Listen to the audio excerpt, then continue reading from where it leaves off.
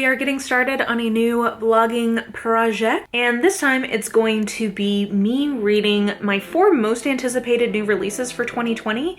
So I realized that really the 4 books I was most excited about for this year were all kind of coming out around the same time, and or I at least had an arc of them all kind of at the same time.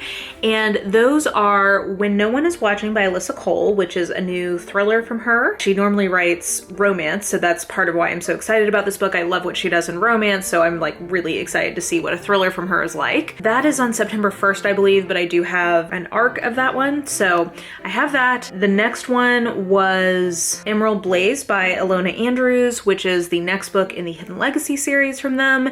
And Ilona Andrews is my favorite currently writing author. Let's say it for the folks in the back. I say that all the time, but it's true. And I love this series. The way the first book ended, I'm really excited to see what's going to happen in this second book. That comes out on August 25th, so I'm waiting for my copy to come in for that one. Then Black Sun by Rebecca Roanhorse, which is the start of a new series for her, and really all I know about it is it's still fantasy. This time it's like with pre-Columbian magic systems. I honestly have no idea what this book is really about. It kind of doesn't matter because Rebecca Roanhorse is basically an auto-buy author for me at this point. So I have a digital arc of that one that I can go ahead and read, even though it doesn't come out until the middle of October. And then finally, The Burning God by R.F. Kuang is probably my most anticipated release for this year, just because it is the finale in her Poppy Wars series, which I've been really enjoying. And I'm thinking that if this last book is at least as good, if not better, than the first 2, I can safely say that this is like an all-time favorite series for me. It's really dark. It's a really grim, dark fantasy world. I'm into it. I love it thematically. I love what it's doing in terms of like just really going there and doing like alternative history as fantasy kind of thing. So anyway, that's probably my most anticipated book. It doesn't come out until November, but I do have a digital arc of it. So what I'm gonna do is I'm gonna just kind of vlog me reading these 4 most anticipated books. In theory, I'm thinking that all of these could be 5-star books. So I will be interested to see kind of how they end up working for me and where they actually end up falling. And I just realized that of those 4, all of them are by women. Well, Ilona Andrews is a husband and wife, so at least one woman. All of them are well, I guess Alyssa Cole's is not fantasy. 3 of them are fantasy based. 3 of them have authors who have written romance or who write books with strong romantic elements in them. I don't know. So there are definitely some parallels. We'll see how I do. I'm hoping all of these are 5-star books. I hope that this is an entire vlog of me just gushing about how everything is perfect and I love it and it's an all-time favorite. That probably won't end up happening, but let's hope. So without further ado, let's dive in. I have a physical copy of When No One Is Watching, so I will probably start with that. Okay, so it is a work day, but I am gonna hopefully get through When No One Is Watching today. I am planning to start this on my lunch break, which I think should give me good little ways into the story. Also, can you hear my cats crying? What's wrong, sweetie? I know, life is just so hard. They get really sad when they know I'm in here, but they chew things, and so they can't be in here with all of my work technology. Anyway, it is a work day. I am gonna start this on my lunch break just to like kind of get into it, and then I think I'm gonna polish this off. Like, this is a one-day kind of book, so I'm gonna polish this off this evening. I am really excited for this one because this is the first Alyssa Cole thriller. So I think that will be exciting. I think that it's gonna be very relevant because it's sort of about, like, it's called a gentrification social thriller. So all in all, the reason I'm excited for this one is because I love the author, and this is the author doing something new in a genre I also like. So I'm hoping this will get polished off in one day. Today is the day, so wish me luck.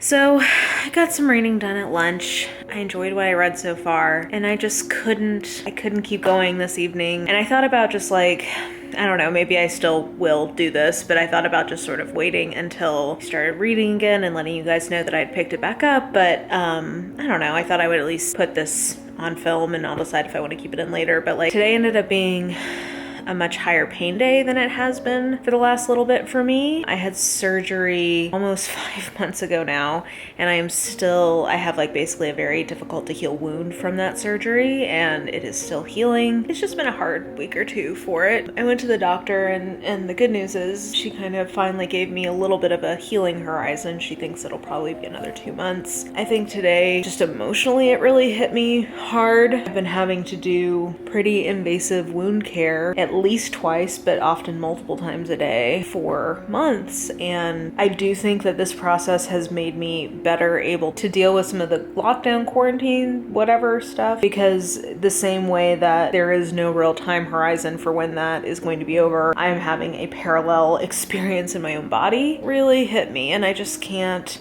focus. I don't know. I know I don't talk about it on here a lot, but that has really been taking up a lot of emotional space for me the last few months on top of everything else that is going on. It's hard, and it's hard for me to say that it's hard. I think going through this process and going through the process of having like emergency surgery on the first day that Nashville was locked down for the quarantine, and just that whole experience was like honestly pretty traumatic. Not a permanent, but at this point I think it's fair to say a chronic health issue that is painful and intensive to deal with, is giving me a lot more empathy for people who have issues that are chronic, that don't have a time horizon where they're going to be over necessarily. And it takes a lot to mentally process that, and I think I'm deepening my empathy for that, and maybe learning about different ways that I have ableist mindsets about things, or I don't know. I think this has been a horizon broadening experience, like if I want to try to take something positive out of it. But anyway, frankly, the reason that I did not continue on with the book tonight is because I was in pain and crying, and even a book I'm very much looking forward to, it takes too much for me to focus. So I will resume at some point.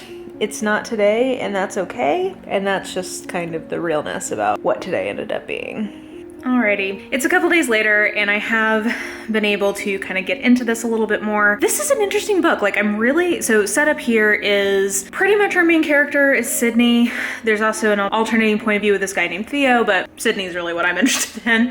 And Sydney is living in Brooklyn. She's living in a neighborhood that is quickly gentrifying, and the gentrification is being accelerated because there is this pharmatech kind of company, I think it's called Verintech, that is moving in and like essentially buying up all of these houses, and something fishy is going on. We don't quite know what. I'm really into the characters and the writing of this one. I do think the plot so far is a little draggy. Like, I think I'm at probably, I don't know, maybe like 40% of the way through, and it's just now kind of picking up. But like I said, the writing to me is so good that it's almost sort of like a slow burn in a romance. Like, that's kind of the vibe I get from it. So I'm into this. Like, I'm gonna polish this off today. It's a Saturday. And yeah, I think so far she is definitely meeting my expectations in terms of being able to move to another genre successfully. This has a lot of really interesting things, I think, to say about gentrification, and I'm learning a lot about like the history of the neighborhood, because a lot of what she and this guy named Theo are working on is like a more inclusive, historically accurate tour of the neighborhood, especially like with so many of its Black residents being driven out, like her wanting to preserve that.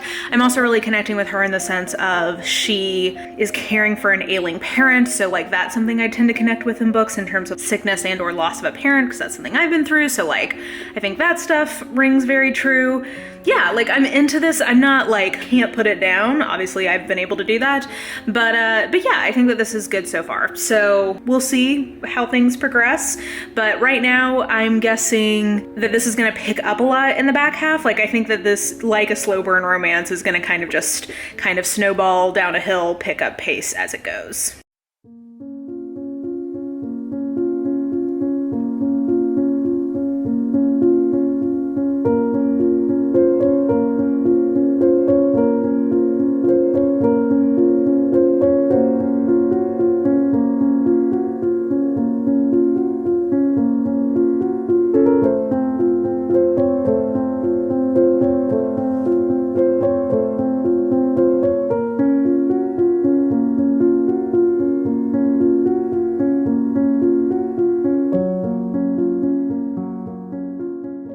Well, damn, guys.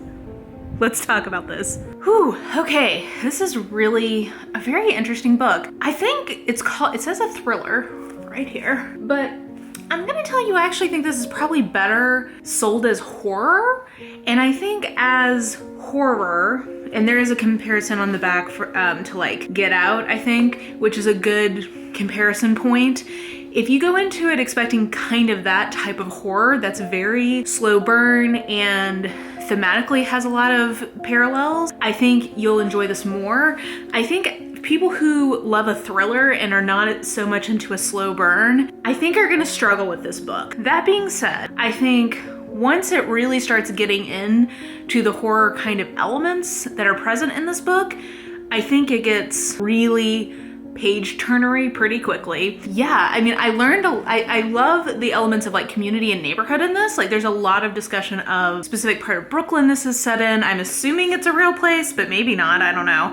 It's clearly modeled on a real place, if nothing else. I really like those elements. I thought the character work, I think I mentioned this in my last check-in, the character work in this is really good. And it does read almost like a slow burn romance to me, except that it's like thriller horror kind of thing. There also is a romantic component of this that I think is woven in very nicely. Not surprisingly, Alyssa Cole comes from the romance milieu in terms of sort of where she grew up as a writer. And all in all, this is, I think, an imperfectly paced novel, and therefore I can't give it more than a 4-star, but I really liked a lot of the things that this book was doing.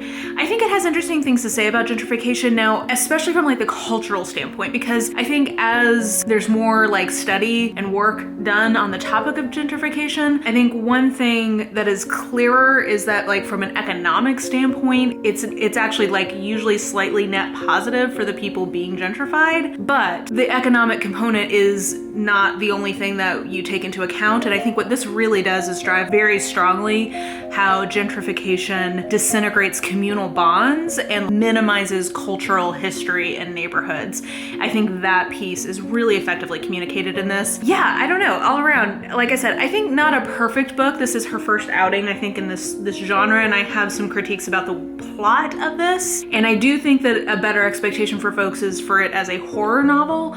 But with that being said, I really enjoyed this, would certainly read more from her in the genre, and not surprisingly, because Alyssa Cole is such a great author and she writes in so many different subgenres of romance that it's not surprising to me that she can then basically write a different type of genre fiction. Like basically this is a horror thriller with a strong romantic element, and it's not surprising to me that she can do that pretty well. So first one down.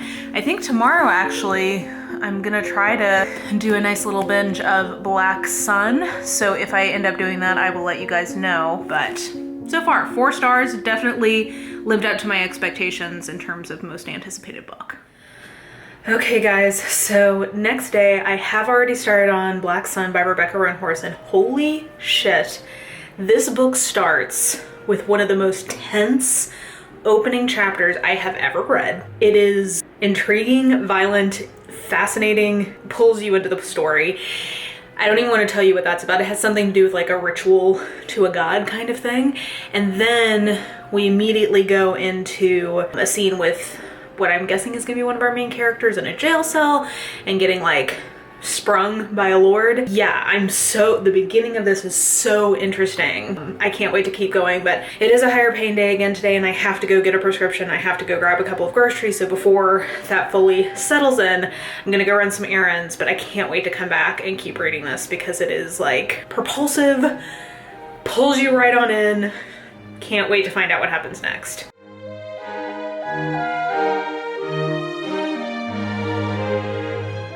Okay, so I am about a third of the way through the book, reading it on my Kindle, and holy schmigeggs, guys, like this is so good. I guess I hadn't really processed the fact that this was going to be my first outing with Rebecca Roanhorse in the context of her writing epic fantasy rather than urban fantasy. And I have to tell you, I'm loving the way she's doing it. She is writing an Indigenous-based world that is not as specific to one nation or clan or tribe of Indigenous people as she does in her Six World series, which is about the Diné or the Navajo. This is like pre Colombian, America's indigenous cultures that are all kind of like mishmashed together. And, you know, maybe we can talk about some of the kind of like issues or scandals or whatever that have come up from her work within different indigenous circles. I am a white creator and a white reader, so I want to tread with respect and caution. But I think this was a smart choice for her in terms of trying to kind of move some of that conversation in a different direction or with different energy. And I am just so into the world building. Like I said, I think when I checked in with you guys, the opening is so like intense and just draws you in, and I'm so intrigued. Now, there are multiple timelines happening, which you guys know is not always my favorite, but in this case, it's working pretty well for me. I think if I had my druthers, I'd probably druther it wasn't there, but like, it's not bothering me.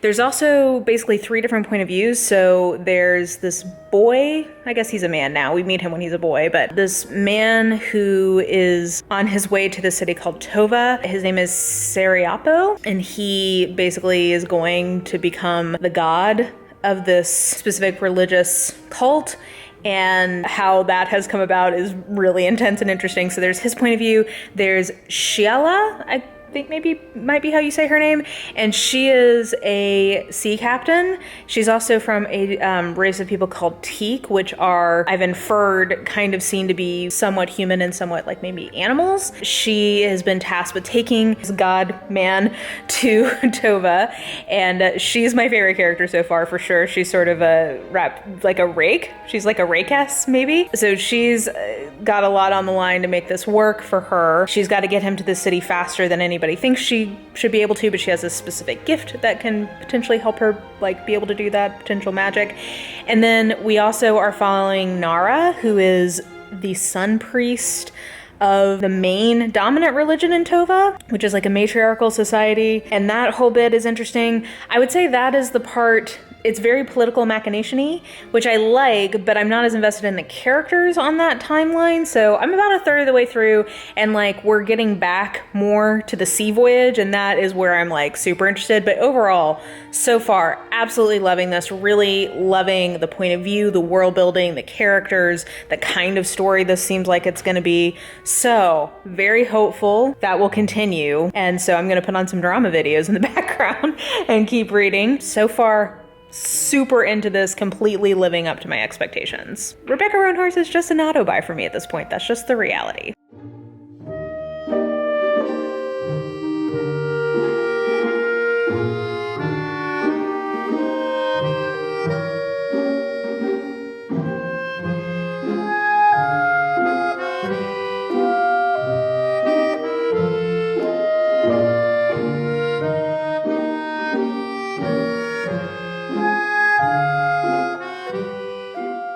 Well, I meant to check in and tell you thoughts as I was going a little bit more, but I got swept up in this absolute violent delight of a book. I love this book so much. 5 stars. I think I'll sleep on it, but I just love this book, man. It's not gonna be a book for everyone, but it is exactly how I like my epic fantasy. It is dark, it is character driven, it has a super interesting world that isn't spoon-fed to you, but is also not like illegible. Like it gives you context clues to figure out what's going on. What else is there to love? I'm shipping a possibly evil crow god and a half mermaid.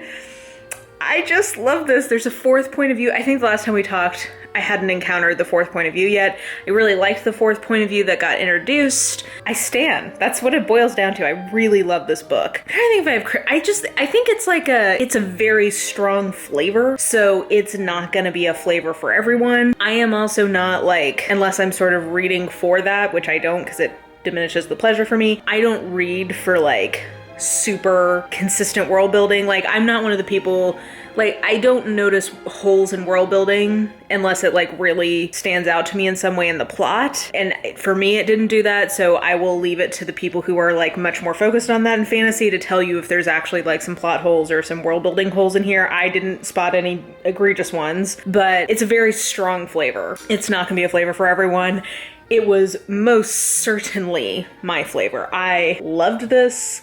It's the first in a trilogy, so now I gotta wait for 2 more damn books, but 100% lived up to my expectations. So 5 stars for that one. That was a success. And now I feel like I need to read something really light and fluffy. I may grab like some kind of Kindle Unlimited treat as a little palate cleanse here, but that was a good day. It was a nice distraction from the pain, and yeah, it was a good one. So big thumbs up for Black Sun. I'm not sure which I'm gonna read next. It's a couple weeks until Emerald Blaze comes out, so maybe I'll try to go ahead and get in The Burning God before that, and then I can read all 4 of these in August. Maybe, I don't know, we'll see. So I think it'll be a little while until I see you guys again, but riding the high of such a good book. Because for me, 5 stars is an all-time favorite. I would say that this is an all-time favorite high fantasy. At least right now, I'll sleep on it, but yay! I'll talk to you guys later.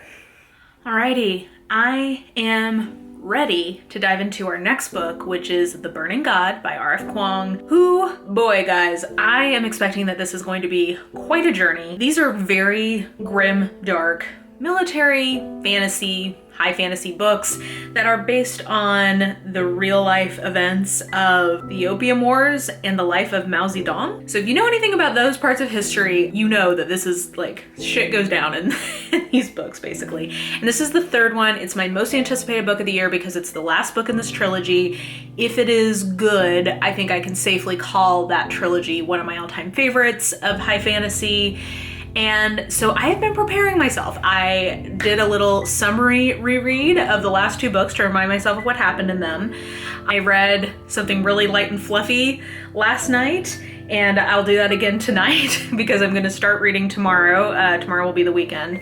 So I think I'm as ready as I can be for this. I assume I'm gonna cry a lot. I assume that I'm gonna have my little heart ripped into little shreds.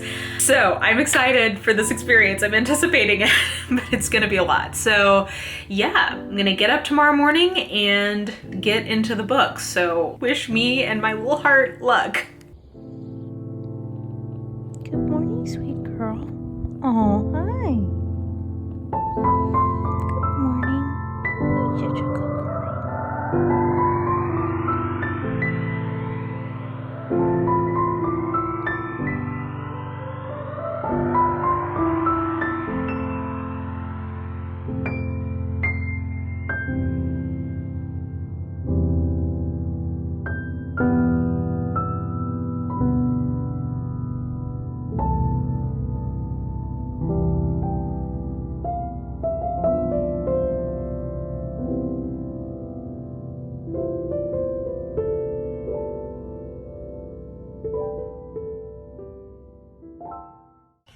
Hi, thank you so much. Thank you to everyone who voted.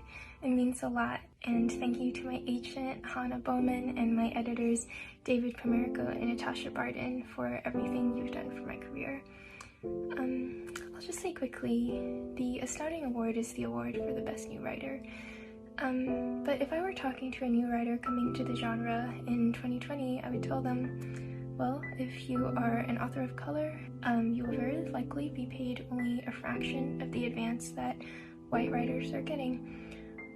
You will be pigeonholed, you will be miscategorized, you will be lumped in with other authors of color whose work doesn't remotely resemble yours. The chances are very high that you will be sexually harassed at conventions or the target of racist microaggressions, or very often just overt racism. People will mispronounce your name repeatedly and in public, even people who are on your publishing team. Your cover art will be racist, and you'll have to push against that. And the way people talk about you and your literature will be tied to your identity and your personal trauma instead of the stories you're actually trying to tell. And if I had known all of that when I went into the industry, I don't know if I would have done it. So I think that the best way that we can celebrate new writers is to make this industry more welcoming for everyone. Okay, I'm already crying.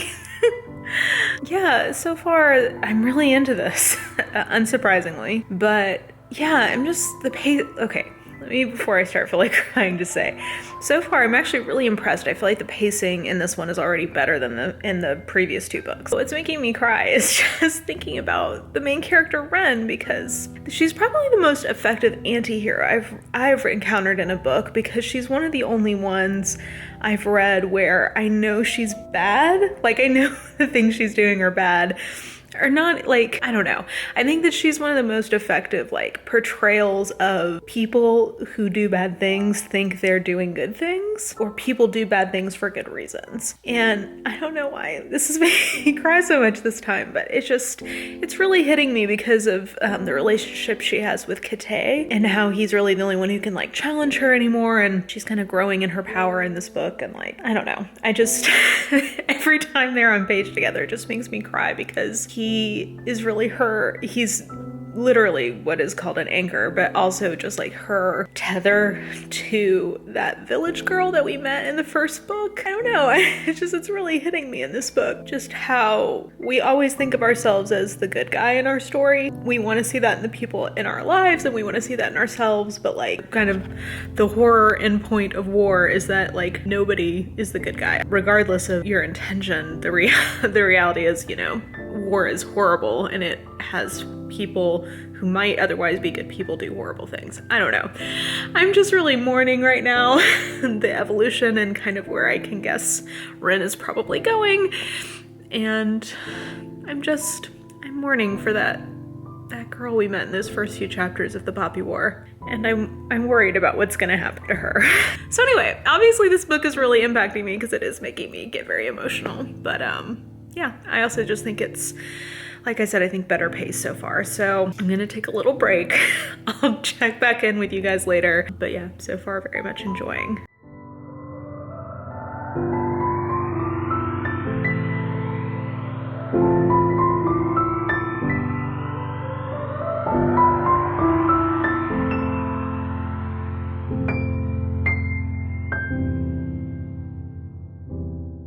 So 70-ish% of the way through this guy. Oh, whew, this has been a journey.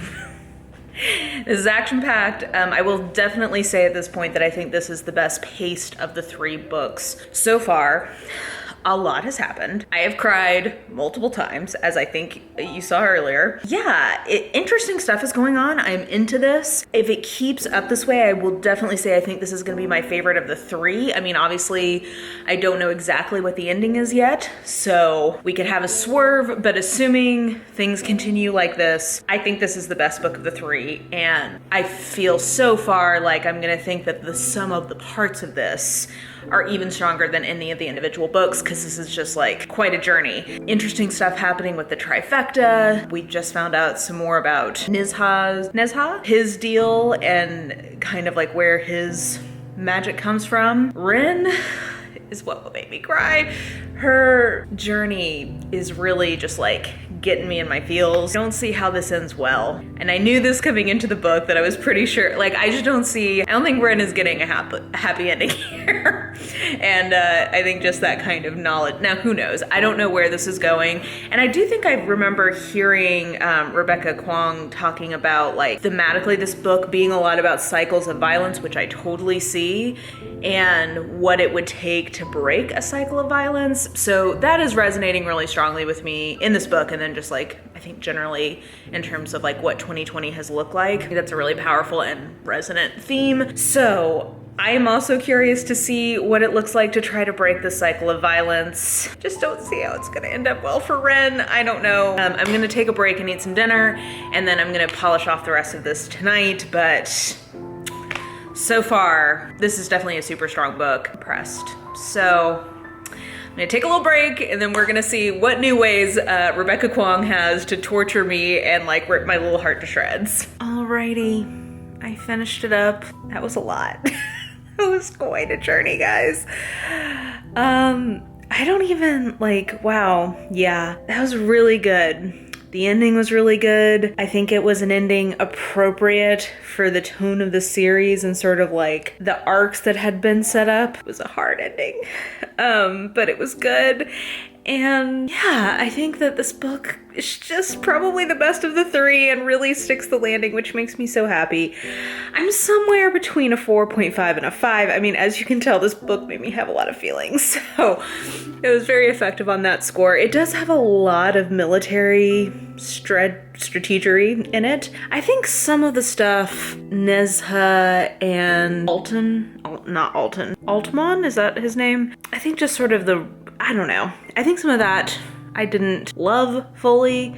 So I'm somewhere between a 4.5 and a 5. I'll sleep on it, but this definitely, with this book, I can confidently now say that the Poppy War trilogy is like one of my all-time favorite high fantasy series, which I kind of assumed it would be, but this seals it. I feel a little wrung out. I'm gonna go to sleep. Before I go to bed, though, I think I'm gonna either put on something trashy or maybe read something trashy just to sort of like level things out. And I'm glad that the last book I have for this project, or this little video, is Emerald Blaze, because it will have feelings, but not like this. It's a little more lighthearted. So, whew. That was quite a day, guys. She's coming for all of your feelings. She has no fucks to give. Okay, it's a couple days later. I've been recovering from my Burning God experience by reading some Percy Jackson. I've read some sort of light paranormal romance. Like, we've been keeping it light.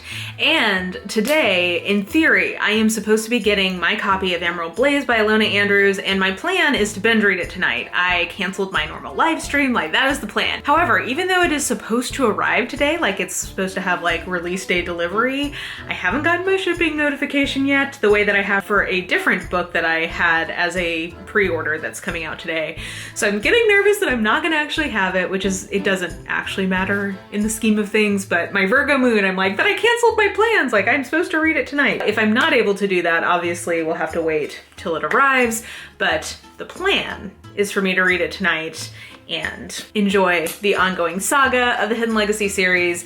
I'm very excited. I think this is gonna be like a positive, like a much, you know, it's still an action-packed kind of book, but it's a much more positive or lighthearted version of it's urban fantasy rather than high epic fantasy, and it is not nearly as grimdark or violent as either Black Sun or The Burning God were, even though I love both of those. Like, this is a lighter note to end things on. So fingers crossed that the book gets here today and my, you know, Enneagram 1 Virgo moon is satisfied. The next morning. And it never came. I'm so sad. So I haven't even gotten a shipping notification yet. I'm not sure when this is coming, but I actually, as I was pouting about to go to sleep last night, it did occur to me, I have never listened to an Ilona Andrews audiobook, and I've been curious because I know some people really enjoy the audiobooks for Ilona Andrews, so I am contemplating, because also I just love Ilona Andrews, so like it doesn't make me mad to like put money in their pockets. I am thinking about going ahead and buying the audiobook because I don't know when the physical book's gonna get here, and I just checked my calendar for work and it looks like it's gonna be a really open day. Like tomorrow is gonna be a perfect audiobook day because I'm gonna be heads down, like working on different project things as opposed to leading a bunch of meetings, which is often what my days look like. So I'm thinking that tomorrow might be a great audiobook day, and I've never tried Ilona Andrews on audio. So I don't know, we're gonna see. If I get a shipping notification today that tells me it's gonna be here like tomorrow, then maybe not, but yeah, that's kind of what I'm thinking. So we're gonna try to be flexible. That's not my strong suit. That's not true. I can be very flexible about certain things, but once I get things in my head, I get very focused on it. So I'm going to try to like put this back into the flexible category in my mind, and we'll roll with the punches, but maybe we're gonna go audio. We'll see. 24 hours later. Okay guys, I am thoroughly confused at this point. I did receive a shipping notification, but it said it was going to be delivered a week after the release, and the whole point of pre-ordering is to get it on the release day. Then I got a different notification today from USPS that could be for this package, so it might be arriving today, it might be arriving in 5 days. I can't tell. So I just downloaded the audiobook. If it arrives today, maybe I'll switch over to reading that as well, but I'm just gonna proceed on the assumption I'm gonna have to go audio to be able to read read this anytime soon. So with that in mind, I've got a bunch of work I need to do. Perfect day for an audiobook. Perfect day for an audiobook from my favorite author. So I'm gonna get into it. Finally, 3 days later.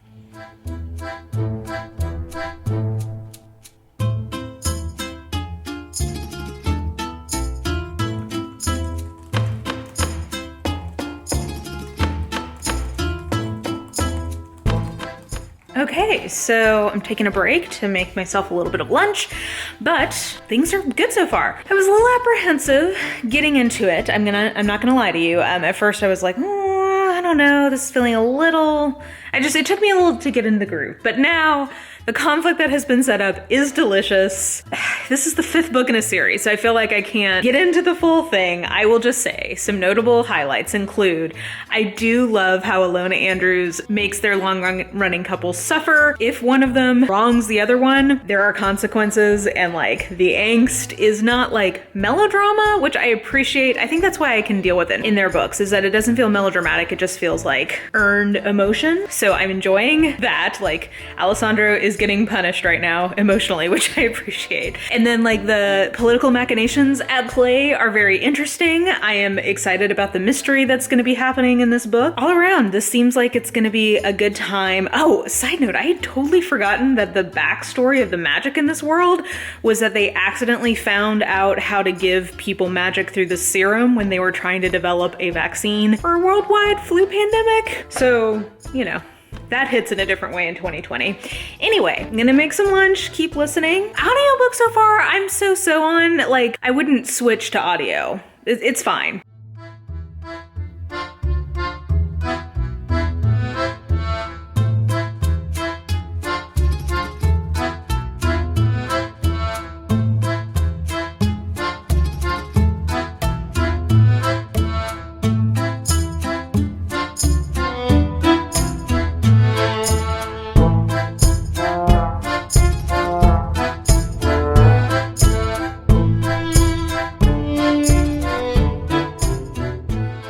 Okay, so I'm pretty far into this one at this point, but look what just showed up.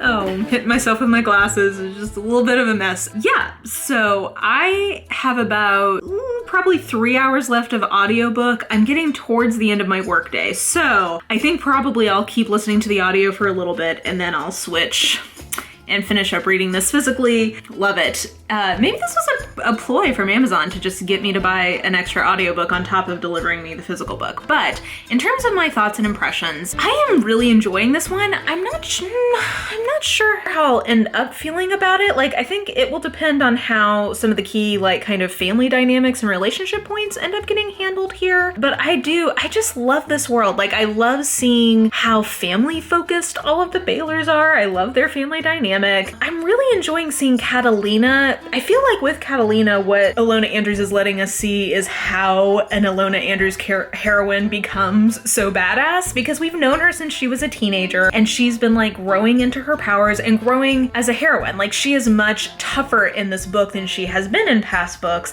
and that makes sense based on like what she's been going through and like kind of where her journey is taking her. And I really like that. Like, I really enjoy the idea that we're seeing somebody become tough.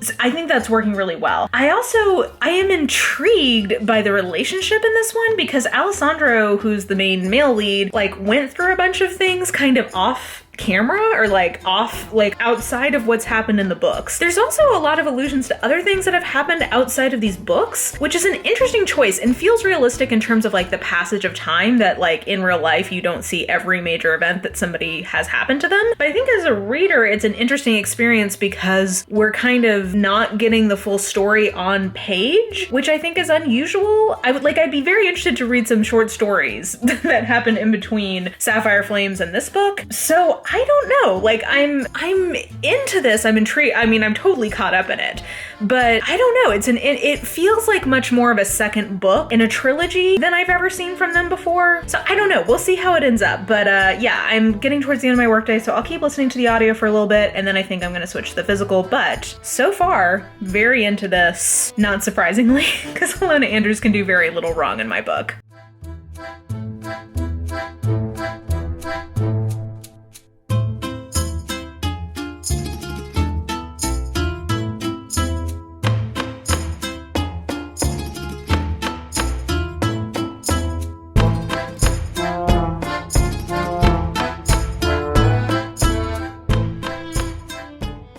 Okay guys, done. And I've got some thoughts. So let me make some dinner. I just finished. I need to make some dinner and then we can talk about this book and we can wrap this whole thing up. I'm very pleased to say that we've made it through all 4 books and I've enjoyed all 4 books. Some more than others, but like none of these have been duds. So that's a win. Let's talk about everything. Okay, so we're done.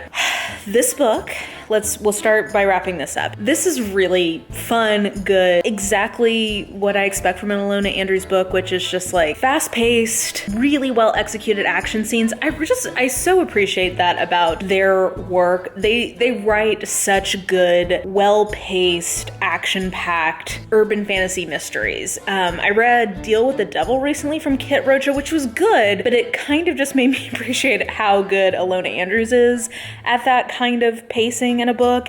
It doesn't feel overstuffed.